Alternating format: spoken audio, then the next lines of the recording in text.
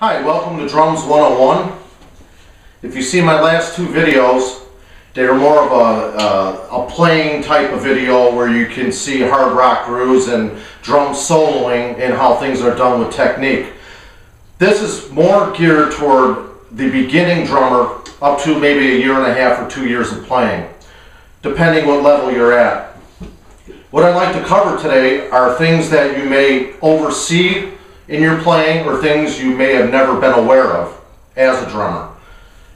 Two vital, most important things that I think before you even start to play the drum set is when you actually walk in the room to practice your routine daily. What is the first thing that you do?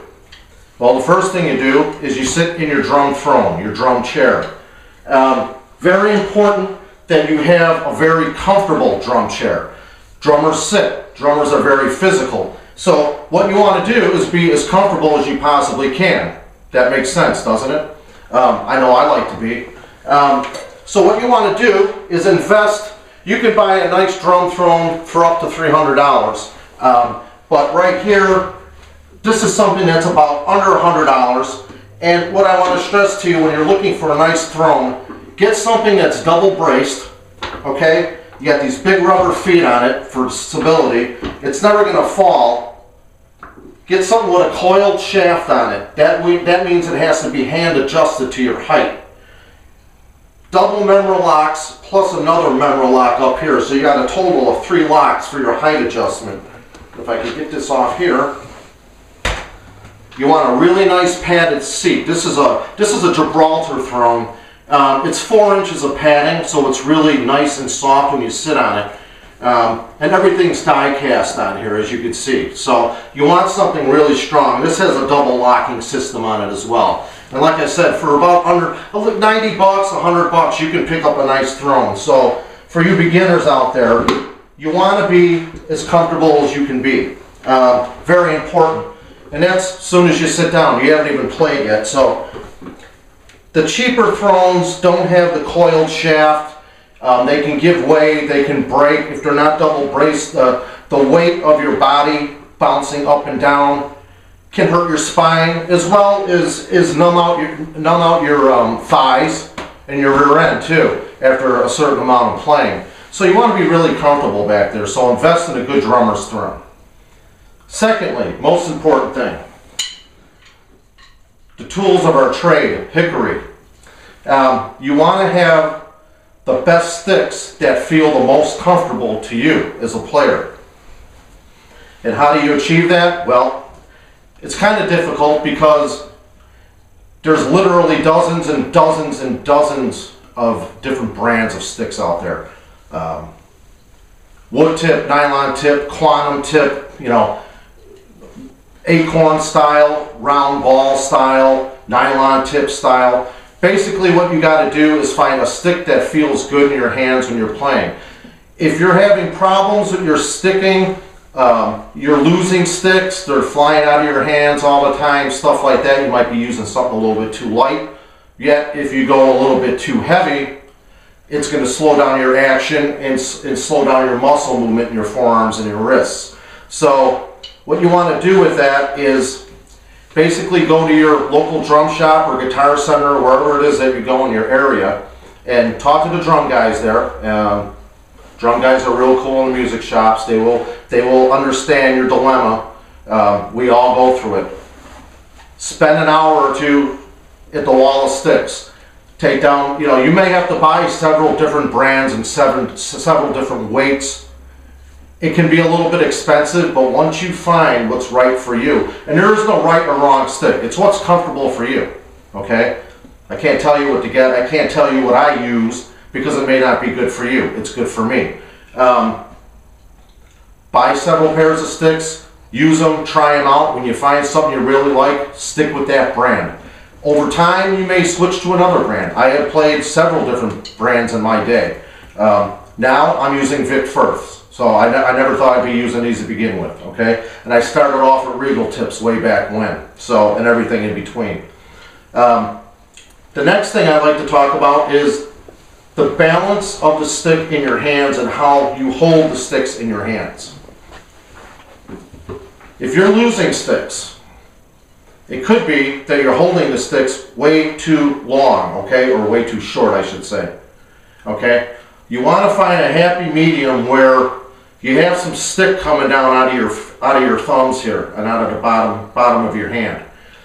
If you start here and start playing, you have nothing but that last inch of stick. The stick's going to fly. It's going to go after 20 or 30 seconds of playing.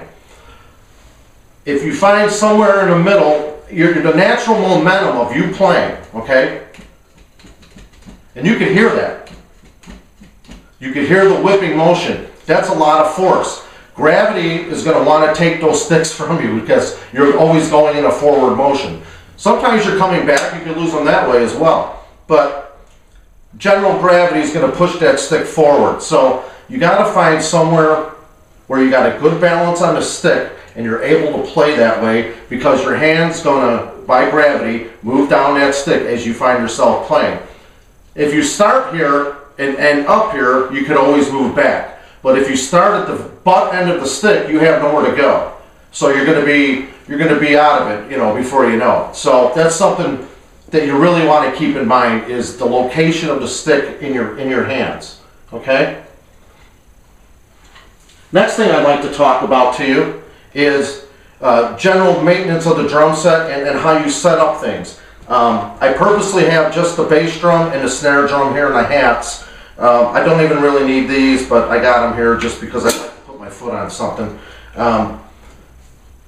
The basic drum setup with your kick drum and snare drum would be find a seat adjustment that's comfortable for you, okay? If you're sitting way too low, your legs are going to be way up high, so you're going to notice that. If your legs are way up high on your hats and your kick drum, you need to definitely change that and bring that seat to the right level to where if you look at the way I'm sitting, my thighs are contoured down on an angle. The reason for this is so I could lean into the drum. I'm leaning. Everything's downward. From my waist down, my legs are going down because my feet are down here. So I want to be able to operate my feet and lean into the drum. If I'm sitting back here with my legs up in the air, that means my back is arched and I'm uncomfortable and I'm not getting the right leverage. Adjust your snare drum to where it just feels good to get to. If it's too low, you find yourself coming down with the stick way down here. You just want to have where it's nice and even. It's going to sit shotgun here between your knees, okay? That's generally a good location. Bring your seat back. Get everything in line. You see here, everything is very comfortable. Everything, my waist is even with the snare drum. My hats are just a tad bit higher, just so I'm nice and comfortable. Later, you incorporate the other drums to be comfortable. I like to simply just have everything in a row and easy to get to. Although I've seen some setups where, you know, you have toms that are almost facing you straight on. Whatever's comfortable to you, that's fine. But in your basic setup, build around this. Just keep this in mind. The next thing I'd like to cover is just basic rudimental exercises. Very basic. That's why we call this 101. It's a learning experience, okay? Quick review. We talked about the stool. Invest in a good chair, okay? Find the sticks of your liking. These are your tools, okay? You're playing with this, but it's an extension of this, okay? So you want some good lumber in your hands when you're playing. Something that's weighted good and feels good. Unfortunately, sticks are getting more expensive by the year, but with the cost of wood going up, that's, you know, one of the things. Again, you want to be very comfortable in what you're doing. So keep that in mind, along with the snare drum being at the right level, not too high. If you're too high, you're gonna be hitting rim all the time. If you're too low, same thing's gonna happen. When you get that up at the right height, you can effortlessly just get to the drum and get a good sound out of it, okay?